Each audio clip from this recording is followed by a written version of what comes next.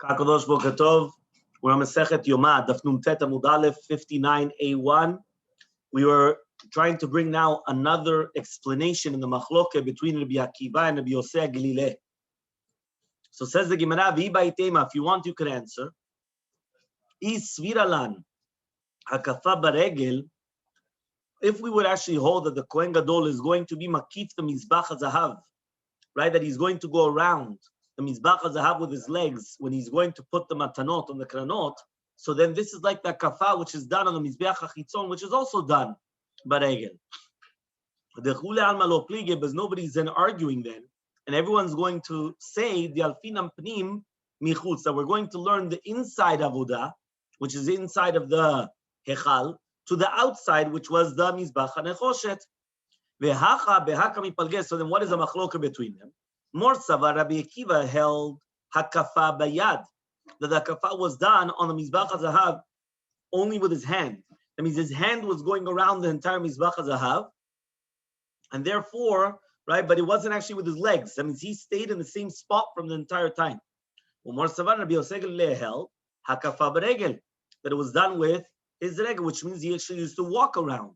And therefore, it was exactly like Mizbeach HaChitzon. According to everybody, Mizbeach HaChitzon, it was impossible, it was huge. You couldn't, with your hand, go around. You had to actually walk around the entire Mizbeach HaNechoshet, right, the outer Mizbeach. So that was another explanation in the machloka between Rabbi Akiva and Rabbi Yosef Galilei. A third explanation, according to everybody, hakafa bayad. It was only done with your hand and not with your feet. So what is the machloke then between Rabbi Akiva and Rabbi Yosef Galilei?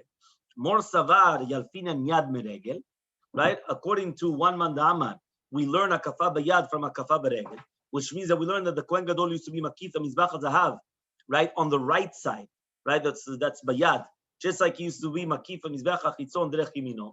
So he says umor savar, and the other opinion held, which is going to be Rabbi Akiva, lo yalfinan. So we do not learn it. Okay, we do not learn it, which means that we're not going to learn that hakafa biyad from hakafa baregel, and therefore we're going to the Kohen Gadol actually used to go to his left and not to his right. So that's says the Gemara. That was the machloka that we just said. So according to this opinion, that's why, since we're not learning it, so he didn't go to his right; he used to go to his left. So says the Gemara, "V'savar Rabbi Yosef Galilei hakafa bayad."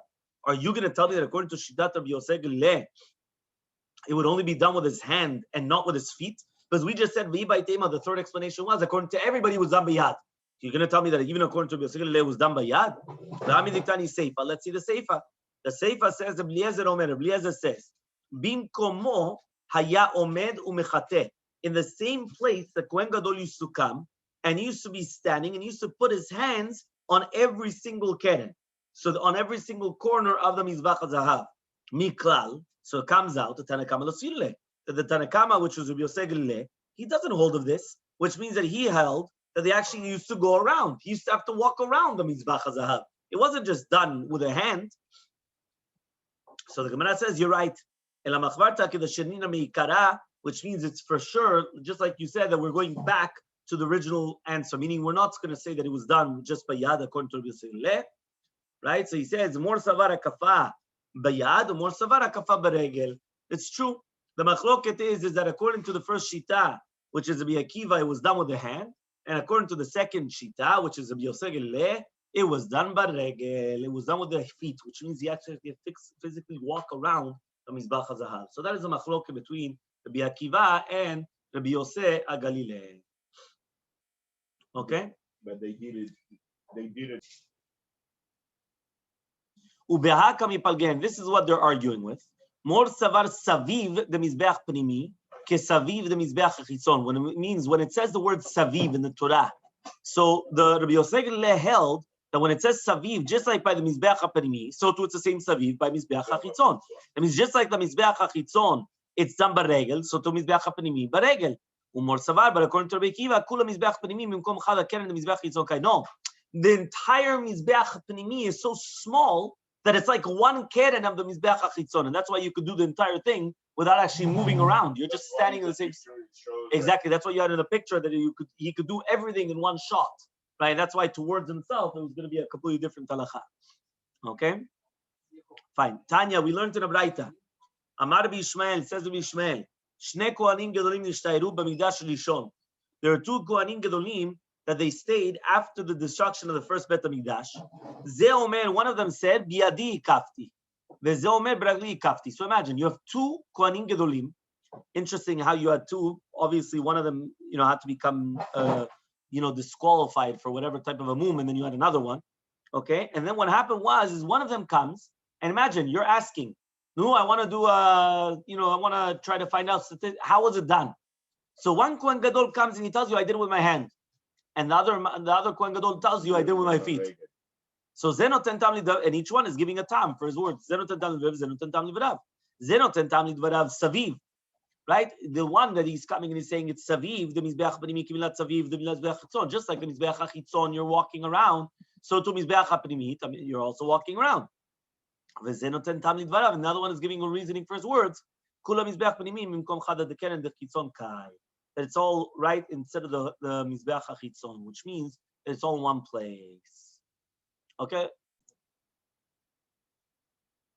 So Kakalosh, we're by the two dots where it says now, Rabbi Eliezer says, Bimkomo haya omed umchateh, which means the Kohen Gadol used to do it in his own place. He used to put the blood on the corners, and therefore he used to put it from the bottom to the top, except for the one which is right beside him, they used to do top to bottom in order not to get dirty. So Matriti Mani, who's our Mishnah, answers the Gemara, Rabbi Yudahi. It's a Yudah. The Tanya, as we learned in the Braita, Rabbi Min says, Rabbi Eliezer says, Bimkomo omed umchateh, that in his own place, right, he was there and he was doing it in his own place, right? Meaning he didn't move around. He was able to do it in the same place. He was able to put all the blood. Ve'al kulana yanoten, and on all of them he used to put it mimala lamata, from top to bottom, except for the one which is balachson, which is mamash mulo in front of him, that he used to put from the bottom to the top. The further back, the further from him. Balachson, no? Yeah, this is the one which is mever hasheni, on the other side of the mizbeach. Now that's according to the first shita. Rabbi Yudah argues and he says, no, Rabbi Eliezer Omer Mimkomo Omed, Umchateva Kulan said no mata lamala. He used to do from bottom to top, except for the one which was mamash in front of him. They used to do top to bottom in order shelon nitvasan maneh, so you shouldn't get dirty. So there's a machloket. How was it done? Was it done according to everybody? One corner was done opposite the others, right? Now, according to the one that we learned, which is Rabbi Yudah in Rabbi Eliezer, all of them was basically down to up, except for the one in front of him, up to down. According to the other shita, all of them was up to down, except for the one opposite him that was down to up. Okay? Fine. Next two dots. He used to sprinkle in it 7 times on Tarosh Mizbeach. My Taro, what does it mean Taro? What are you sprinkling 7 times on Tarosh? What is the Taro? Amar Rabba Bar Shila, says Rabba Shila, Palge the Mizbeach, it's half of the Mizbeach. Just like people say, Taher Tiara, that it's already Igiashat Tzaorayim. What does that mean? Palge Yom, it's half the day. Meaning when it says Taro means half. Okay?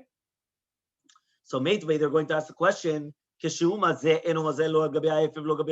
you're sprinkling on the Mizbeach HaZahav, you're not going to sprinkle not on the ashes and not on the coals, but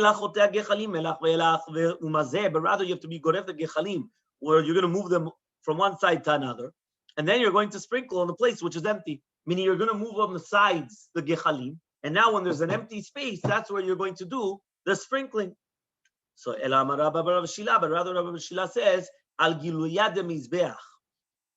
We're talking about where the Mizbeach was meguleh, was already revealed, and it was clean. Which means Hamar'eh Aita Brura was so clear, just like the Shamayim. So therefore, same thing. When it says La Tohar, and Tohar there means clear, so to here when it says Taharo means the clear part of the Mizbeach. Not in the middle of the Mizbeach, but rather a clear part of the Mizbeach. Okay? Tanya, we learned in the Braita, Chanina says, Betzad Sefoni unoten, on the northern part of the Mizbeach, that's where he used to put the sprinkling. Rabbi Yosef says, Betzad Derumi in the south, unoten. What's the machloka between them, whether it's in the north or the south? So Mor Savar Pitcha Badarom Kai, the entrance of the Kodesh Kodashim was in the south, right? And therefore the Kohen Gadol, which was coming out of the Kodesh Kodashim in the south, first used to come to the southwest corner, and therefore he's not going to sprinkle on it there, but rather he used to continue on the other ones.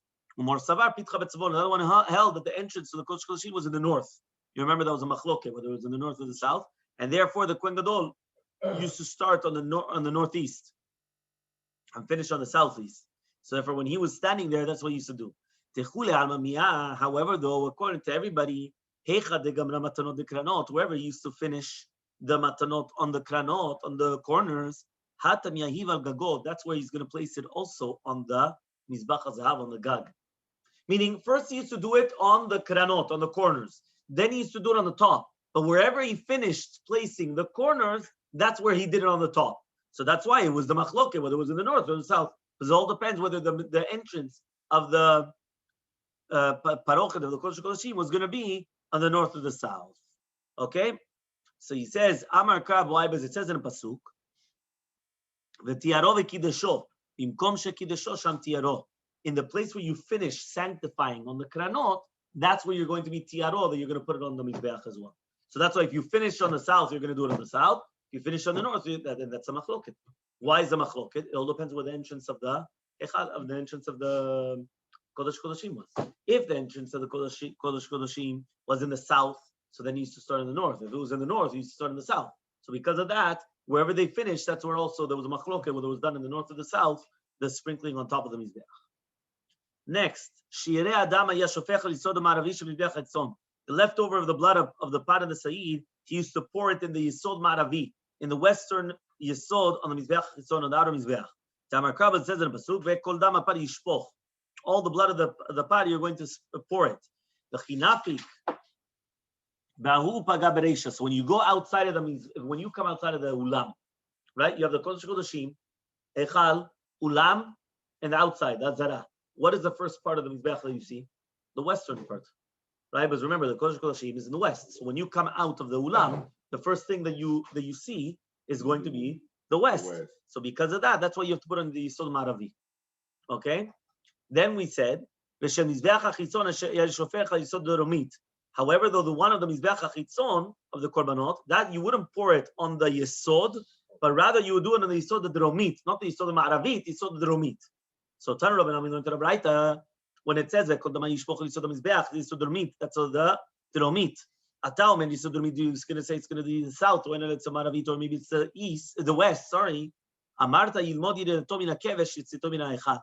I'm going to learn from the Yirida from the Kevesh to Yitzia Mina Echal.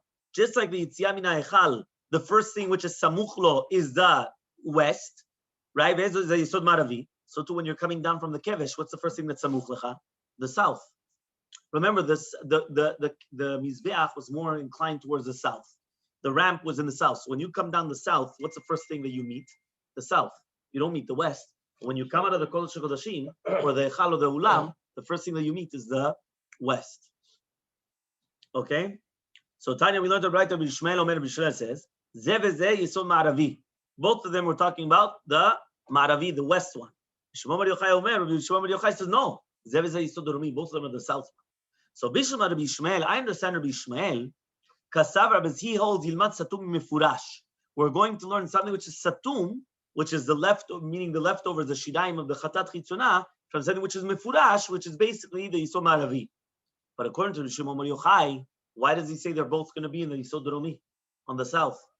So Amar Ravashi says, Kasavar Pitcha Badarom Kai, because he held that the Petach is in the Darom, is in the south. So therefore, since the Petach is in the south, that's why he's going to learn such halacha. Right? That's why it's going to be always in the south. So Tanat Rabbi Shmuel, Rabbi Shimon Bar Yochai, so taught the Kalim Rabbi Shmuel in the Kalim Rabbi Shimon Bar Yochai, Zev is Yisod Romit, it's going to be in the south, the Simanech, Mashkua Gavre le Gavre. The one person pulls another person, which means the students of Shimon Bar Yochai, they pull the students of Ishmael to say like them. Right? It's like one person pulls another person. You understand? That's what happens all the time. If one person, they pull another one, and pull another one, pull another one, and that's what, that's the concept. Fine. Elu va'elu, says the two dots. Elu va'elu mitarvim ba'ama v'yotzim. So the blood of the chataot, the primiot, and the chitzion, these to mix up in the aman, and these to go out through the aman, and then these to sell it for fertilizer. Tanu Rabbanan, we learned in the Braita, Mo'alim b'damim. There's going to be milah also in blood. These are the words of Rabbi Shimon. Chachamim argue and they say, Mo'alim b'en, there's no milah in blood. Nuntet amubet, 59b. Adkan lo pligi ela midrabanan. Here the machlok of Rabbi Shimon and Chachamim is only going to be milah, right, with blood midrabanan. However, though Rabbi Meir and Rabbi Shimon, they're going to agree to the Chachamim. Midoraita, there's no milah. How do we know these words? Meaning, midoraita, according to everybody, there's no milah. Only question is, midorabanan, is there milah or not? Milah, remember, is benefiting from kochim, that it's considered that you benefited, and then you have to bring a korban milah, and you have to pay back, and you have to pay back an extra fifth, and all these punishments because you used, berek habayit, used hekdesh. So it says the Gemara, Amar Ula says, Amar Kra, it says in a pasuk, lachem. What does it mean lachem? Vani netativ lachem ala mizbeach, shelachem yeh. The dam of the korban is like just like the dam be'emah shelachem, has to be like yours, which means just like there's no milah by be'emet chulin, so too there's no milah by the dam of a korban. The Rabbi Shimon Tana, the Academy of Shimon taught, right? Lechaper. What does it mean lechaper? Lechapara netativ lo milah. I only gave it as an atonement, but I didn't give it as a milah. Which means that it's only going to be used for an atonement, but it's not that you're going to have milah if you have a problem with it. Rabbi Yochanan says, Amar Kra, it says in the pasuk, Hadam hu b'nefesh shechaper. What does it mean hu? Lifnei kapara kelachar kapara. Before the atonement is just like after the atonement. Just like after the atonement, there's no milah, because once you finish sprinkling, that's it. There's no milah anymore in the bema. So too, before the kapara, it's also there's not going to be a problem of milah. So says the Gemara, why? Maybe the opposite way around. Just like after kapara is like before kapara. Just like before kapara there's milah, so too after kapara there's milah. So answers the Gemara, there's no such thing as something that you already finished. Meaning you've done the mitzvah and now there's milah. You've done with it. That's it. Now there's milah. You've finished. Yeah. So says the Gemara, you have Trumat Hadeshen. The Trumat Hadeshen, there is a problem of milah, even though you did do the mitzvah. Samech Amud Aleph, 68:1. Right? Mishum, Tavi Trumat Hadeshen Uvigdei Kiuna, Shen Tuvim B'Meichad. Says the Gemara, no. The reason why over there there's milah even afterwards is because it's two psukim coming. Trumat Hadeshen Uvigdei Kiuna are two psukim which are coming to teach you the same thing. And anything which is two psukim coming to teach you the same concept, we don't learn to other places. So therefore, right, if so, you can't say that the word hu, which is brought down by the Dama Korbanot, is going to teach you before the kapara, so too after the kapara, because you can't learn it from the Trumat Hadeshen, but there's Shnei Ktuvim B'Im Kechad. Shnei Ktuvim B'Im Kechad, you cannot learn to anything else. Okay? So continues the Gemara on Samech Amud Aleph 68:1. It says, Hani Chal Rabbanan. This is good according to the rabbis that they say V'Hinicham Sham, that you're going to place it over there. Melamed, it comes to teach you the Bigdei Lavan of the Kohen Gadol Tunim Geniza, that the Kohen Gadol, when he finishes the service of Avodat Yom Kippurim, it's a sur for a regular Kohen Ediot to come and to use the clothing. But remember, we just compare the Trumat Hadeshen and Bigdei Kiuna to Shnei Ketuvim B'Im Kechad. So that's the word. Now calls them out Bigdei Kiuna. Okay, so therefore you see that even after it's done the mitzvah on Yom Kippur, it's still kadosh. So nobody's allowed to use it. It has to go on Genizah. But according to Rabbi Dosa, that he says Bigdei Kiuna, Reuyin and Lo Kohen Ediot, the regular Kohen Ediot can use this Bigdei Kiuna. Michael, I mean, what are you going to say? Because according to Rabbi Dosa, there's no milah Bigdei Kiuna after you've done the mitzvah. So therefore, it's only by Trumat Hadeshen. So if it's only by Trumat Hadeshen, it's not considered again two Ketuvim Abayim Kechad. Therefore, you can learn from the Trumat Hadeshen. So why don't we learn that there is milah in the blood even after kapara? So answers the Gemara, Mishum Davi Trumat Hadeshen ve'egla rufa shnei ketuvim b'kechad. You're right. Not to do with Bigdei Kiuna. Right? Trumat Hadeshen and egla rufa are considered two psukim which are coming to teach the same yisod. And whenever you're going to have the chol shnei ketuvim b'kechad lamdin. Okay? So again, by the egla rufa also, that it's a surbana even after you finish the egla rufa. So ask the Gemara, you remember what the egla rufa is, yeah? When they cut off from the back of the neck when they can't find the killer. So therefore, by there also, even after they finish doing the egla rufa, it's still a surbana. Just like the Trumat Hadeshen, that even though they finish the Trumat Hadeshen, it's still a surbana. So Shnei Ketuvim B'Im Kechad. Which one? Why would you think otherwise? Because we just said a yisod. The second that you finish the mitzvah, there's no problem anymore of milah. You're allowed to benefit. But here, by the egla rufa, it's a sur. By the Trumat Hadeshen, it's a sur. So Shnei Ketuvim B'Im Kechad, when you have two psukim which are coming to teach you the same yisod, you cannot learn for anything else. So therefore, you cannot learn for the blood, which after kapara is from before kapara. So says the Gemara, again, the same thing. Hani Chalamanamar, this is good according to the Mandamar that says that you cannot learn Shnei Ketuvim B'Im Kechad. But according to the Mandamar that says that you could learn Shnei Ketuvim B'Im Kechad, what are you going to say then? So says the Gemara, Tre miut ektive. There's two different miuts which are written, right? One but to do with the Trumat Hadeshen and one to do with the egla rufa. To do with the Trumat Hadeshen, it's written, Ve'erim et Hadeshen v'samo etzel hamizbeach. All you had to say was v'sam. It's a mizbeach. Why v'samo? You have to place it. So it comes to teach you that only the Trumat Hadeshen is subana, even though you finished the mitzvah, but not something else. To do the egla rufa, it's written yirchatzu yedehem al egla ha'arufa. It could have just said yirchatzu yedehem al egla arufa. Why did it say ha'egla ha'arufa? The hay. The extra hay is coming to teach you the same thing.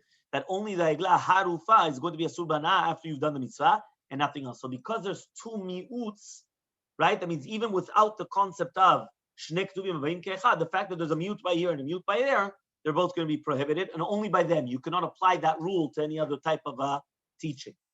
So says the Gemara, v'hani tlata krae v'dam lamali. So why do I need 3 psukim, right, by the dam of the korbanot?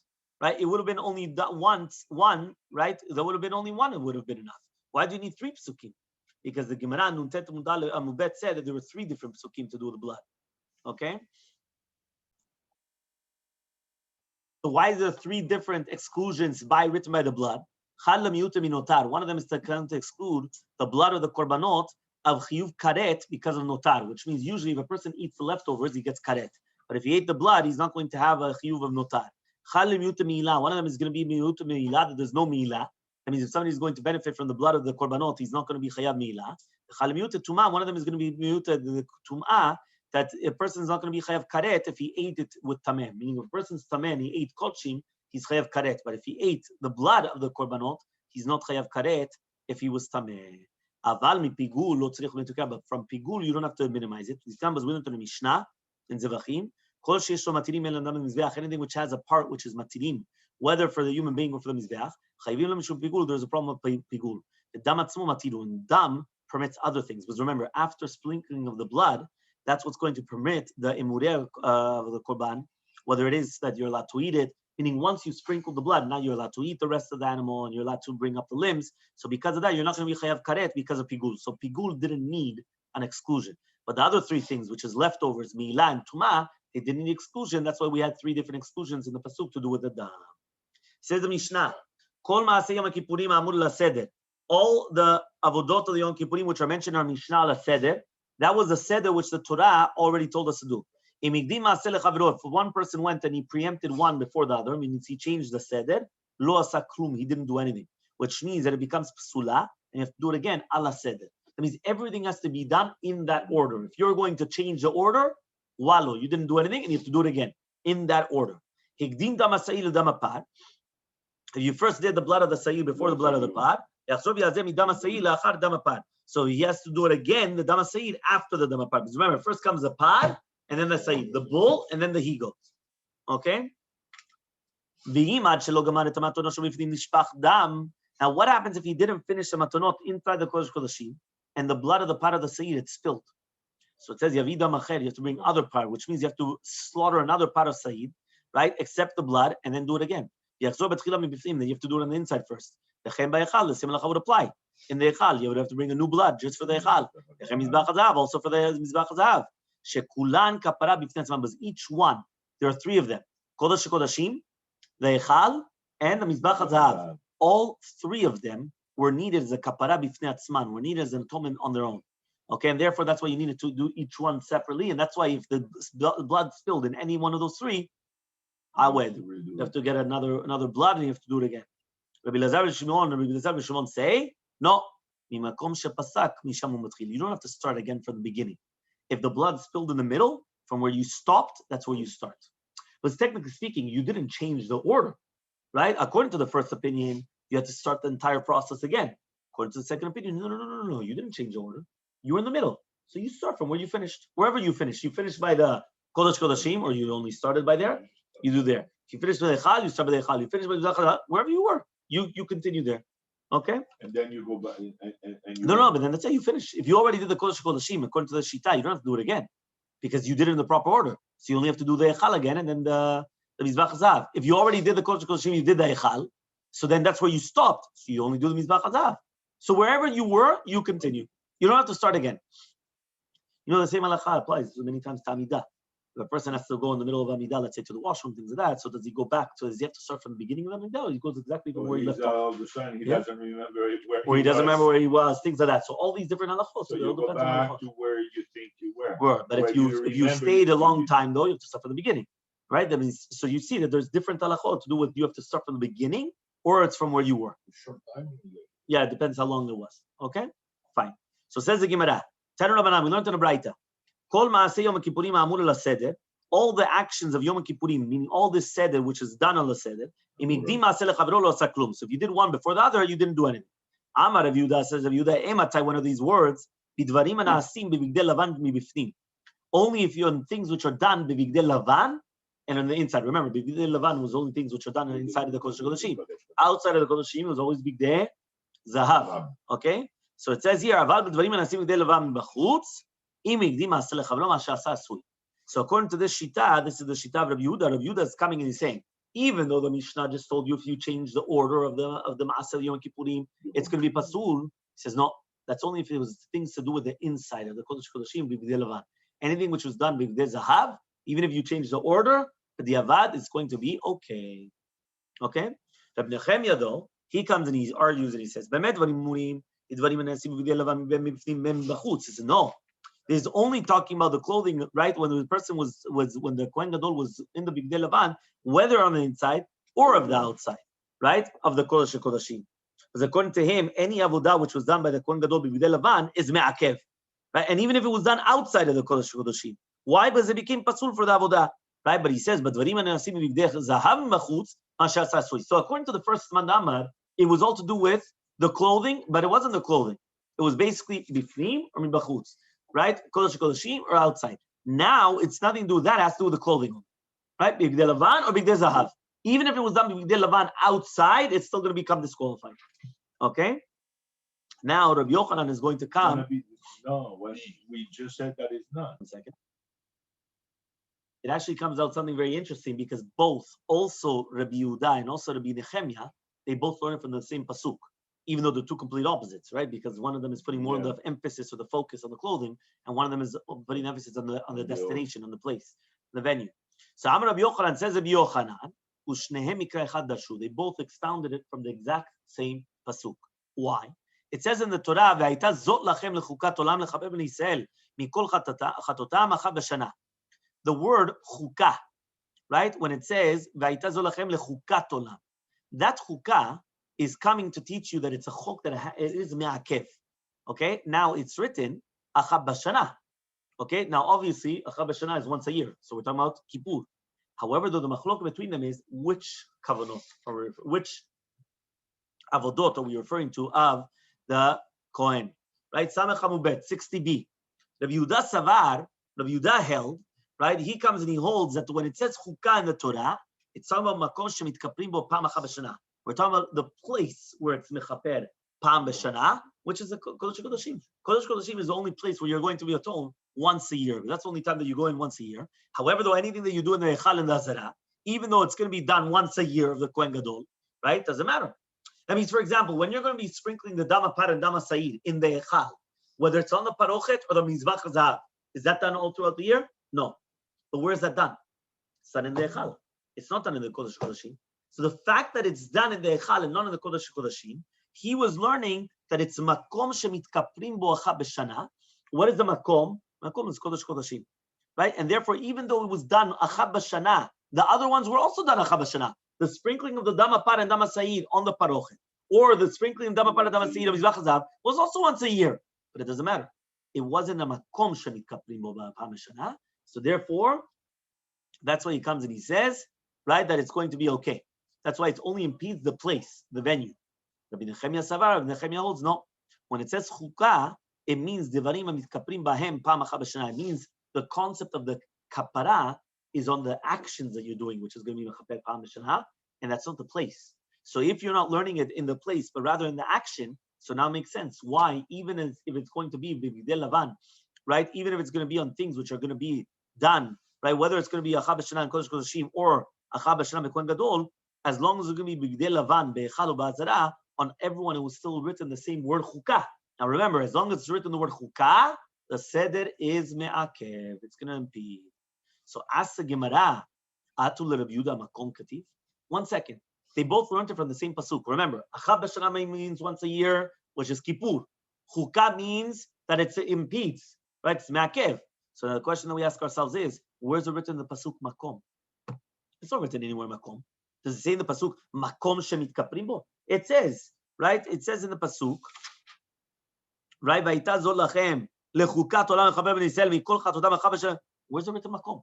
Where's the written that has to be specifically the place, which is talking about the Kodesh Kodashim? So says the Gemara, Elahainu tamad Rabbi Yehuda. The reasoning of Rabbi Yehuda is ktiv zot and a ktiv achat, because it says vayita zot lachem, and then it says achat bashana, and then it says the chukah. So why do I have all three? So he says chad lemiuta b'bigdei lavan mibachutz. One of them is coming to exclude bigdei lavan on the outside. Chad lemiuta b'bigdei zahav. One of them is coming to exclude bigdei zahav. Meaning chukah comes to teach you that it impedes. Yeah, chukah comes to teach you that it impedes, right? Then you have zot, which is an exclusion, and you have achat, which is an exclusion. These two exclusions, one of them is for the exclusion of bigdei lavan mibachutz, and one of them is bigdei zahav, completely. Okay? And according to Rabbi Nechemiah, right, he comes and he says, chal lemiuta bigdei zahav, v'chal lemiuta shirayim. One of them is coming to exclude bigdei zahav, and one of them is coming to exclude shirayim. Okay? Because basically that they're not going to be ma'akev. Okay, they're in both of these cases. Okay, so now comes and he says the following, right? Rabbi Yehuda, and according to Shittat Rabbi Yehuda, that means again one more time. There's two exclusions, zot and achat. So according to Rabbi Nechemiah, he learns two other exclusions. One of them is bigdei zahav, that's true, but one of them is shidayim, which means that if a person did the shidayim of the blood apart of the Sayyid and Yisod Mizbeach that was done by bigdei lavan, it's not going to be ma'akev if he did it in a different order. Okay, even though it was by bigdei lavan. Rabbi Yehuda, according to Shittat Rabbi Yehuda, me'akve. If it's me'akev, it's going to be me'akev. Lo me'akve, lo me'akve. If it's not going to be me'akev, it's not going to be me'akev. Continue, we learned in the Braita, v'chila mikaper et hakodesh. What does it mean when it says that you're going, the Kohen Gadol finish from me mikaper ala kodesh? In kiper kila, if the Kohen Gadol put the matanot of the damapar and the Sayyid, right? So then kila, so he finished. And if not, lo kila, so then he didn't finish. Okay, which means that avodah is psula. These are the words of Rabbi Akiva. Amar lo Rabbi Yehuda, says Rabbi Yehuda, mipnei lo ne'emar im kila kiper, im lo kila lo kiper. So why didn't it just say that if the Kohen Gadol finished all the matanot adam, so then there was a kapara? But if he didn't finish all the matanot adam, so then there was no matana, right? So im chiser acha mina matanot, that if he finished one of these matanot, lo asav lo klum, so he didn't do anything. The amnin, and we said, my benaihu, what is the difference between them? Yeah, Rabbi Yochanan and Rabbi Yeshua ben Levi. So Rabbi Yochanan and Rabbi Yeshua ben Levi. Chadamar, one of them says mashmau dorshini kebenayu, that the difference between them is mashmau dorshin, right? Which means how do you doresh the pasuk? The Chadamar, and one of them says shiraim me'akvei kebenayu, whether the shiraim is me'akev or not. Remember, the shiraim is the leftovers, right? If that's going to be me'akev on the hazaot or not. Okay, so Rabbi Yehuda sover that it's me'akev, the shiraim. Rabbi Akiva holds that it's not going to be me'akev. So says the Gemara, Rabbi Yochanan Hachi, does Rabbi Yochanan actually say that according to Rabbi Nechemiah, the pouring of the shidayim, it's not going to be ma'akev the korban, the kapara, the atonement? Rabbi Yochanan says Rabbi Yochanan, Tanan Rabbi Nechemiah taught, right? Kedivrei Omer, shidayim ma'akev, it is ma'akev. So Kasha, you're right, that's a good question. Because it's a good question. In Achanami, you're right, it is ma'akev. So how can you tell me now that Rabbi Yochanan saying that according to Rabbi Nechemiah, it's not ma'akev? It is ma'akev. It's a good question. Amari Bichanina, says Bichanina, Ketoret shechafna kodem shchituto shel apar. Imagine right now, Kohen Gadol comes and he takes the chafna, the meloch ofnaf of the ketoret, right? The handful of the ketoret before the slaughtering of the bull. Lo asav lo klum. He didn't do anything. He has to do it again for the ketoret. So says the Gemara, Keman, who does this go like? It's not like Rabbi Yehuda. It can be like Rabbi Yehuda, right? Why? The local Rabbi Yehuda, the Rabbi Yehuda, is going to be Rabbi Yehuda. Hama kitiva chukah. When is it written chukah?